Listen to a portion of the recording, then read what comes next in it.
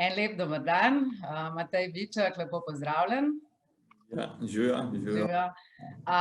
Z Matejem sva se dogovorila, da se bova danes stikala, vse z namenom enega bolj sproščenega pogovora o Matejevi karierni poti.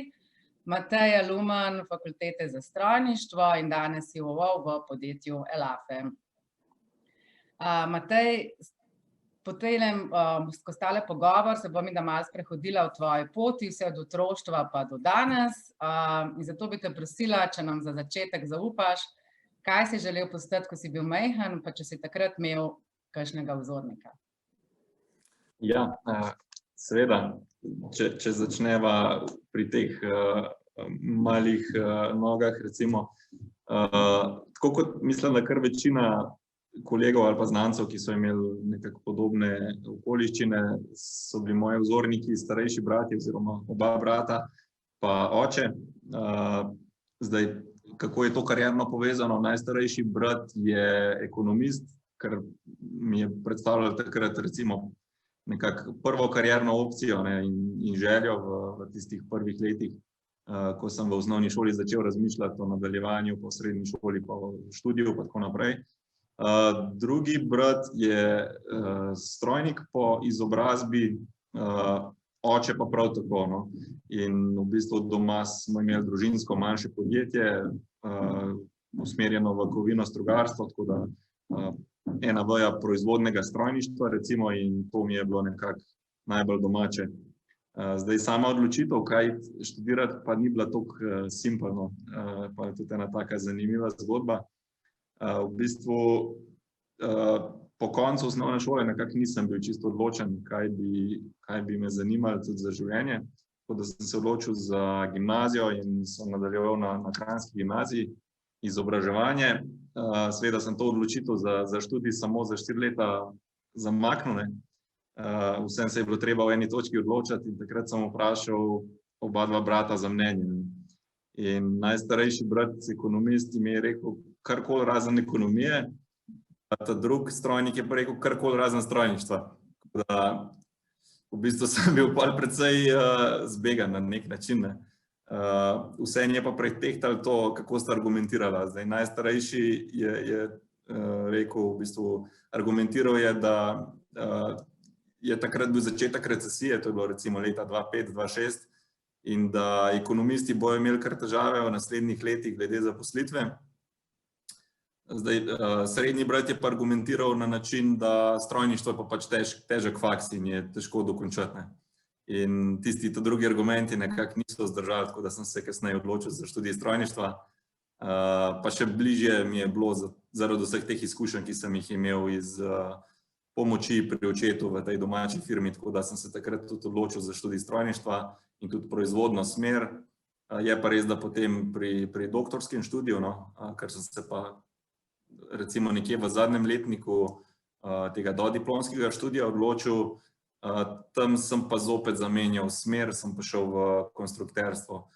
To je bilo pa precej povezano s potrebami podjetja, kjer sem se takrat tudi zaposlil, tako da takoj po dodiplomskem študiju sem si v bistvu najdel službo tukaj v Elafe, ki je zelo garažno bilo naravnano takrat v letu 2011.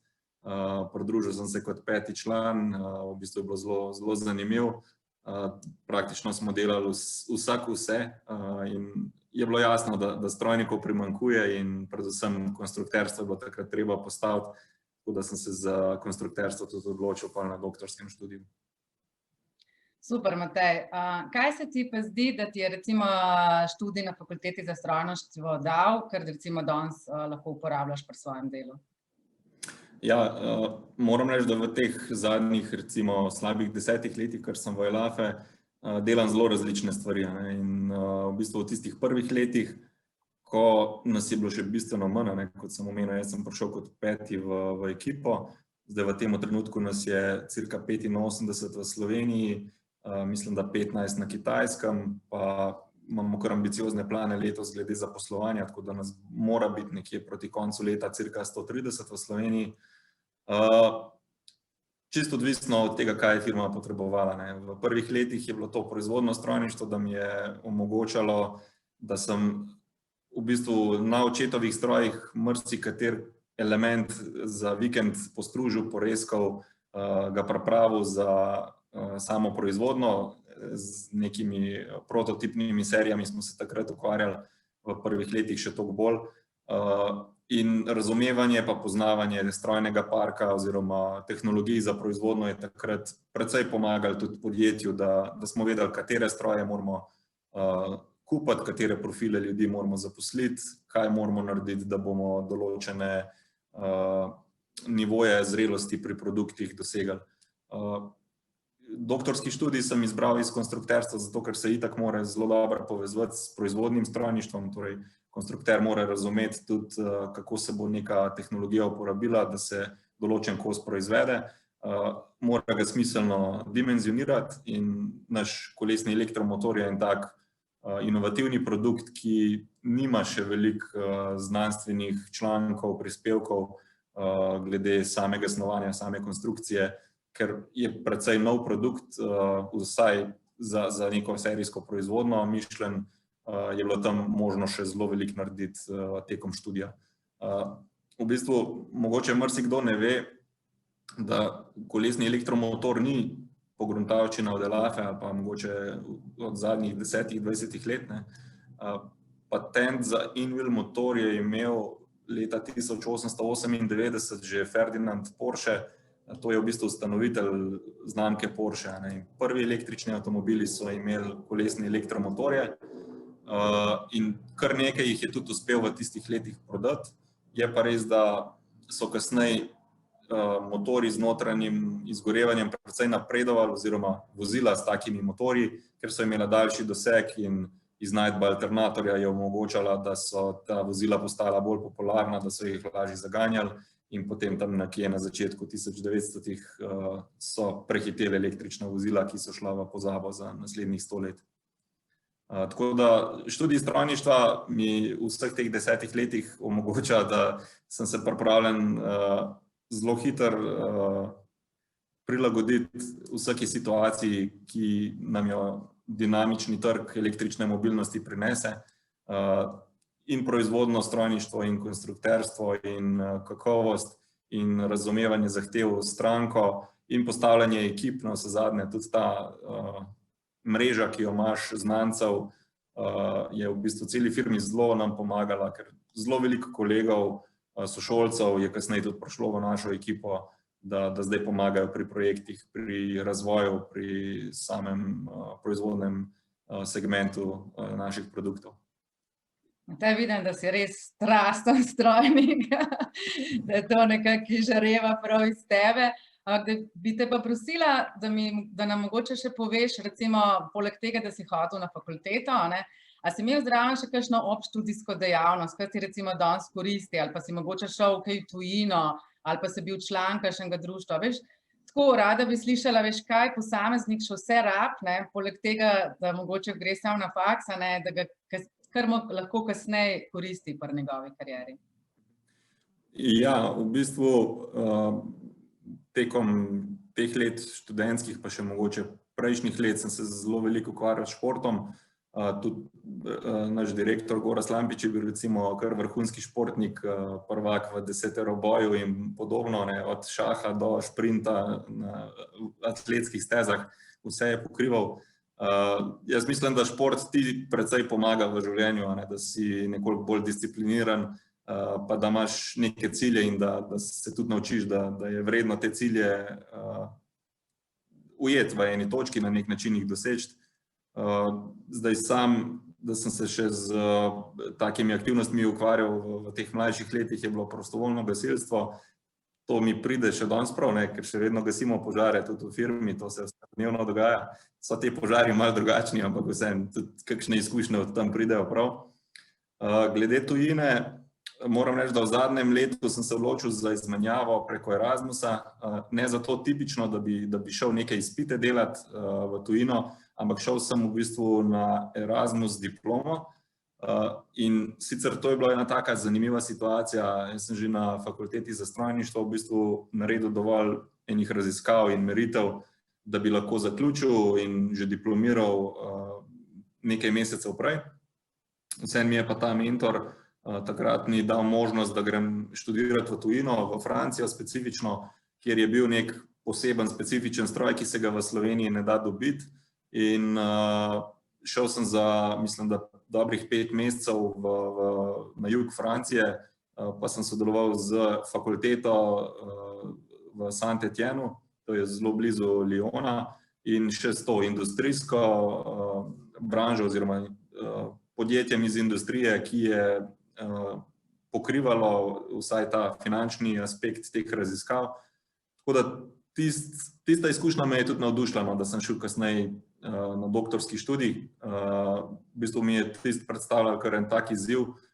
Že v času študija do diplomskega sem se lotil pisanja znanstvenega članka, ki je bil rezultat tiste diplomske naloge, pa ima zdaj preko 80 citatov, tako da v bistvu je bila zelo uspešna diplomska naloga, pa en del te tematike sem lahko uporabil tudi pri doktorskem študiju, kar je bilo itak zelo, zelo koristno tudi v naslednjih letih.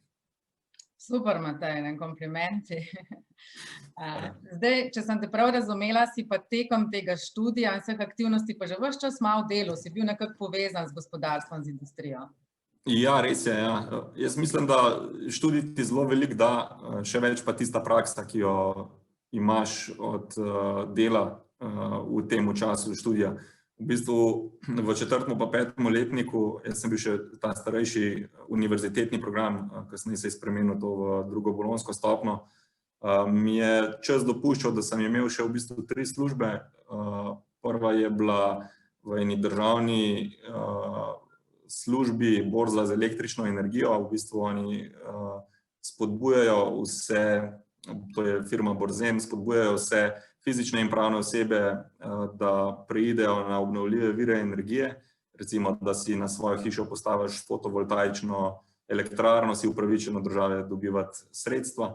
In tam sem jim pomagal pri določenih administrativnih nalogah, pa tudi kakšnih planiranjih in komunikacij z temi fizičnimi in pravnimi osebami, kar mi je dal v bistvu tako neko širino glede obnovljivih virov energije in glede dogajanja na tem področju, kjer smo tudi danes prisotni. Potem sem bil pa še na fakulteti, v bistvu v 2 laboratorijih aktiven.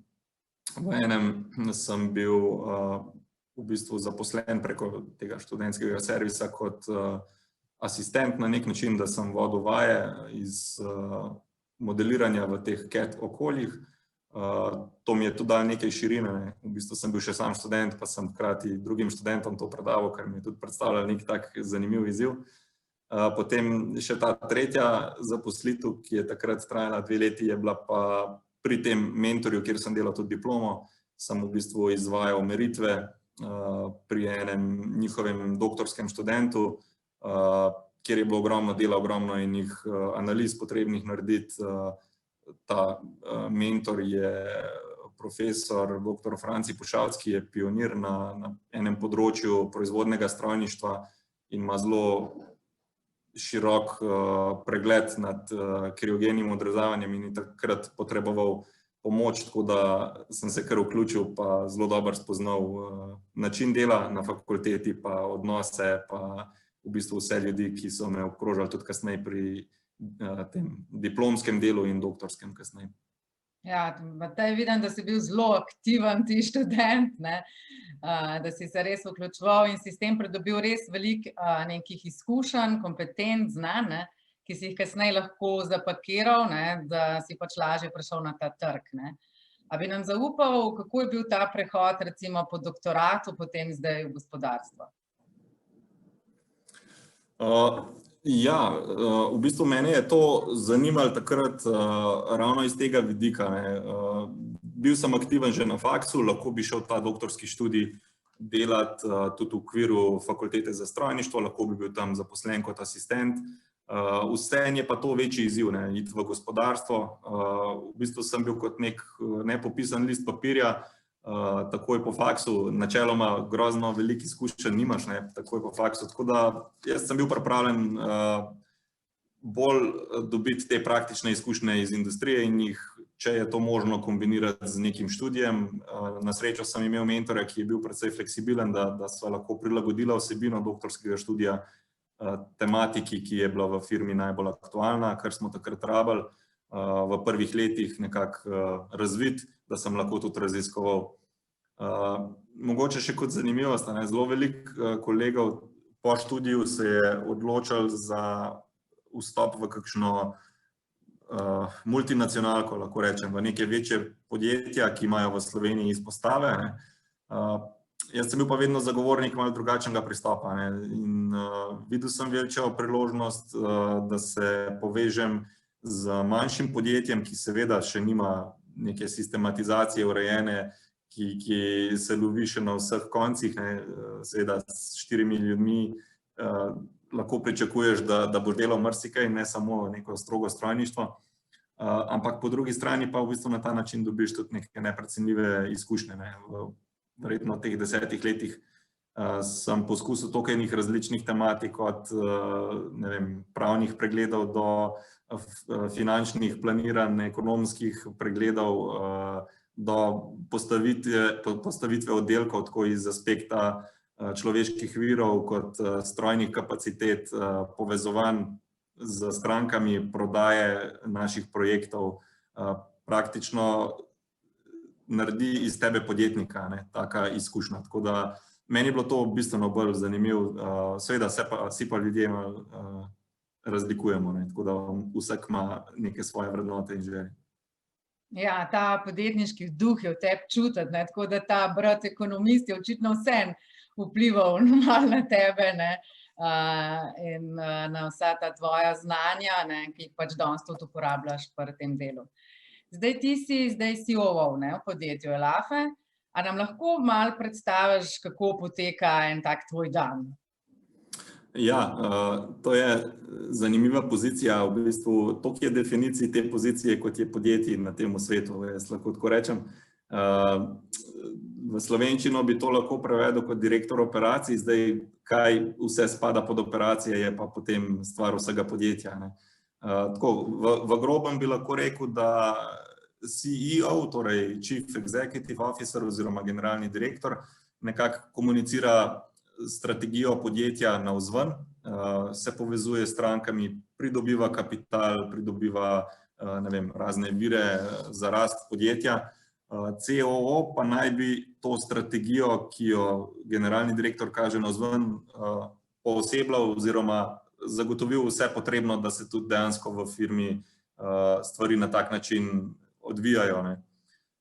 Ampak to je zelo, zelo grobo, bom tako rekel. Mi si delimo tukaj zelo velikih zadolžitev pa aktivnosti, od pridobivanja kapitala preko raznih virov v smislu evropskih komisij, raznih razpisov iz lokalnih virov, od države, od raznih projektov, ki jih ministrstva razpisujejo, pa razne agencije v Sloveniji, do povezovanja z industrijo.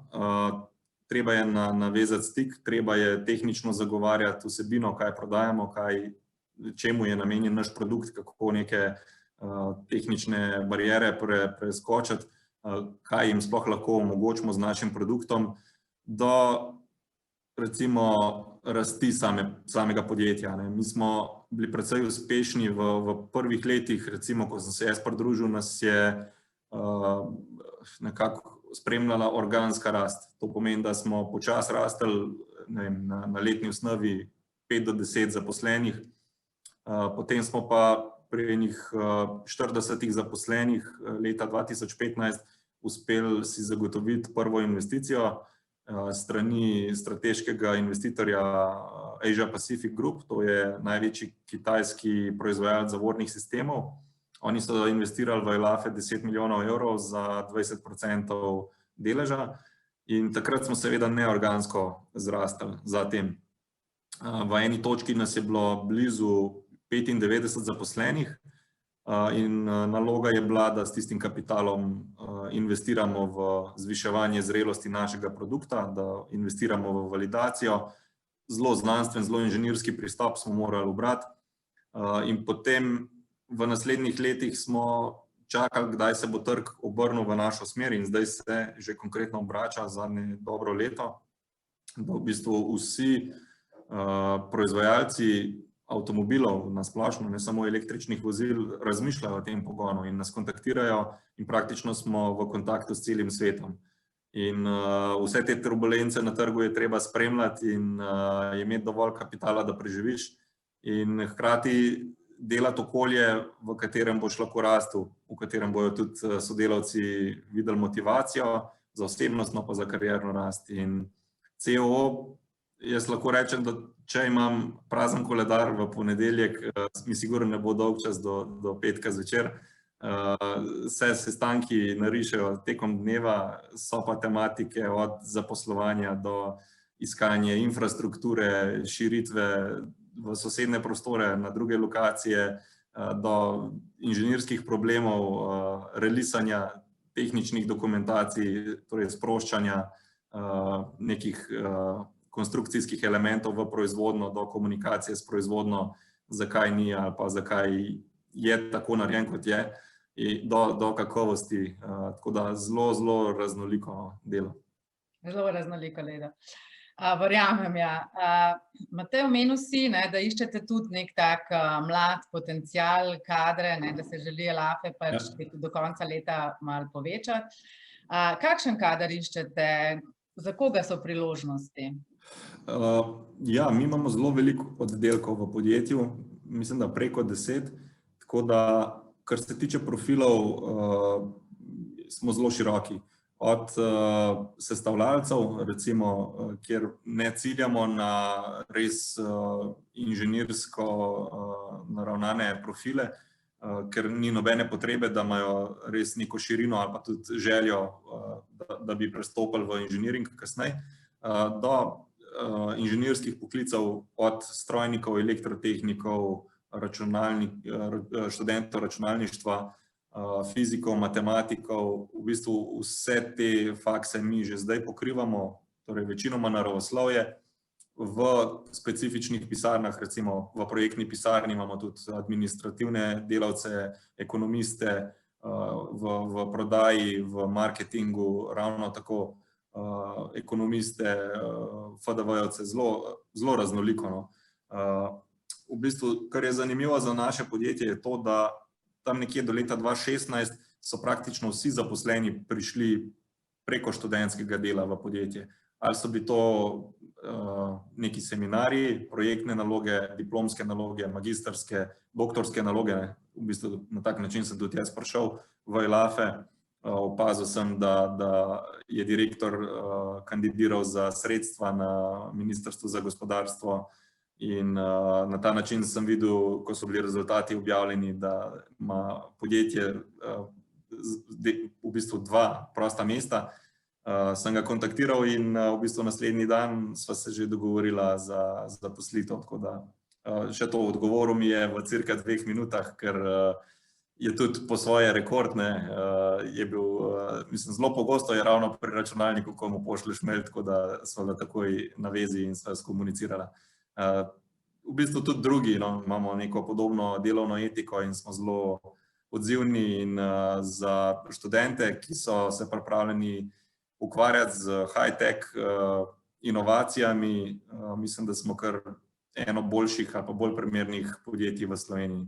Tako da še vsak študent in kandidat za zaposlitev, ki je prišel na ogled podjetja, je bil zelo pozitivno presenečen, da obstajajo taka podjetja tudi v Sloveniji. Na kakšen način pa recimo lahko mladi zdaj pristopijo, ne vem, pošljajo CV, kako poteka recimo en tak selekcijski tudi postopek, če se kdo obrne na vas? Ja, imamo kar nekaj teh študentskih prostih mest objavljenih na raznih portalih, na vašem Popper portalu recimo so 4 delovna mesta objavljena, na raznih študentskih servisih imamo objavljena delovna mesta, tako za študente kot za potencialne kandidate za zaposlitev. V bistvu povežejo se z našim oddelkom za človeške vire, skomunicirajo CV, potem vodje naših oddelkov preverijo, če je ta CV nekako kompatibilen s pričakovanji. Zatem pa sledi ali direktno intervju ali pa direktno testne naloge. Te naloge so bile predvsem vzpostavljene v zadnjem letu, ko se malo težje dobivamo, da bi imeli te intervjuje osebno. In v določenih primerih kar pošljamo testno nalogo, da kvalificiramo kandidate glede na neko tehnično kompatibilnost oziroma kompetentnost in jih v bistvu na ta način izločimo tiste, ki niso primerni za naše specifične zahteve. Z ostalimi se pa pač pogovorimo glede intervjuja in obiska in začetka sodelovanja. Super, Matej. Zdaj me pa, če malo pogledava v prihodnost, no, pa te malo vprašam, kje se pa ti vidiš čez 5 let? Ja, mi smo kar v enem takem zelo dinamičnem okolju. V bistvu tako kot kolega Blaž Štefe, ki je pred leti bil najbolj recimo motiviran, da se je povezal z tem kitajskimi strateškimi investitorji in je predstavnik našega joint venture podjetja na Kitajskem. Zelo podobne priložnosti bojo v prihodnosti tudi v Evropi, recimo v Nemčiji, v Angliji, proti zahodu, verjetno še nekoliko prej, verjetno že v letošnjem letu, da bomo primorani enoto odpreti tudi v ZDA. Tako da take priložnosti so nam vsem v bistvu na voljo, vsem, ki smo v podjetju. Zelo verjetno v naslednjih 5 letih bom vsaj en del, tudi jaz lahko predstavnik enega od takih enot, matične firme. Zdaj, kdaj, kje točno, to še ni jasno. Sigurno pa zdaj kratkoročno, recimo za 2 leti, bom pa moral poskrbeti za scale-up, če lahko tako rečem, podjetja v Sloveniji, torej infrastrukturne zadeve, kadrovske zadeve, vse moramo precej razširiti v Sloveniji in moje trenutne aktivnosti so predvsem usmerjene v to. Kako pa razmišljaš o nekem nadaljnjem razvoju stroke, recimo strojništva? Na področju električne mobilnosti? Ja, lahko je. Ja, v bistvu tukaj pa že vidim neke premike. Že od tistih let, ko smo bili mi dodiplomski študentje, se mi zdi, da so se stvari precej spremenile. Jaz sem kar precej povezan z Fakulteto za strojništvo, z različnimi laboratoriji in vem, da recimo na področju gorivnih celic je profesor Katrašnik zelo močno aktiven. Na področju proizvodnih tehnologij profesor Pušalc, profesor Valentinčič, da sta tudi zelo aktivna. Na konstrukciji profesor Kunc je tudi vpet v razne projekte, ki so že direktno povezani z električno mobilnostjo. Tudi skupaj smo v kakšnih projektih financiranih strani Evropske komisije.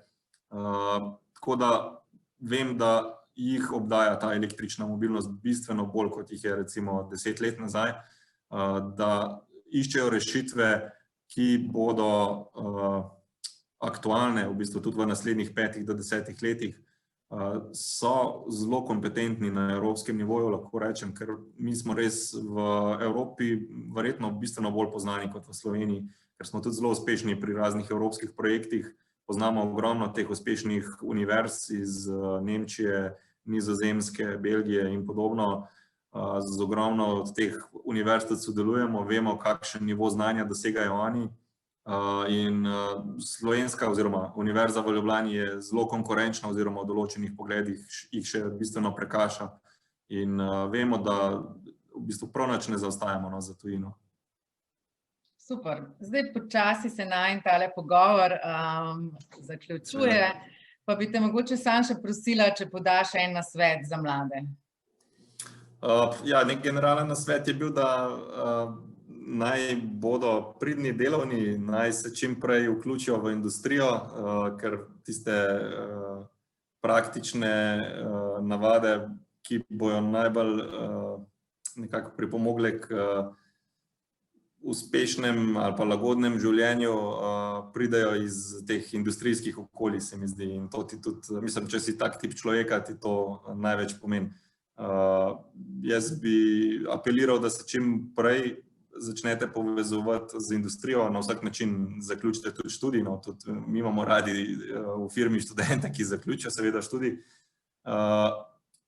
V bistvu že preko študentskih teh delovnih razmerij lahko pridobite nekaj izkušenj. Ni treba, da ste full time seveda vpeti v eno delovno okolje, ampak da spoznate, da dobite mogoče kakšne ideje, kaj vas pri študiju še bolj zanima, v kaj se bi radi usmerili, je pa čisto pozitivno, če se začnete zanimati nekoliko prej kot pa po sami diplomi. No. To bi bil en tak splošen nasvet. Ok, doktor Matej Biček, hvala.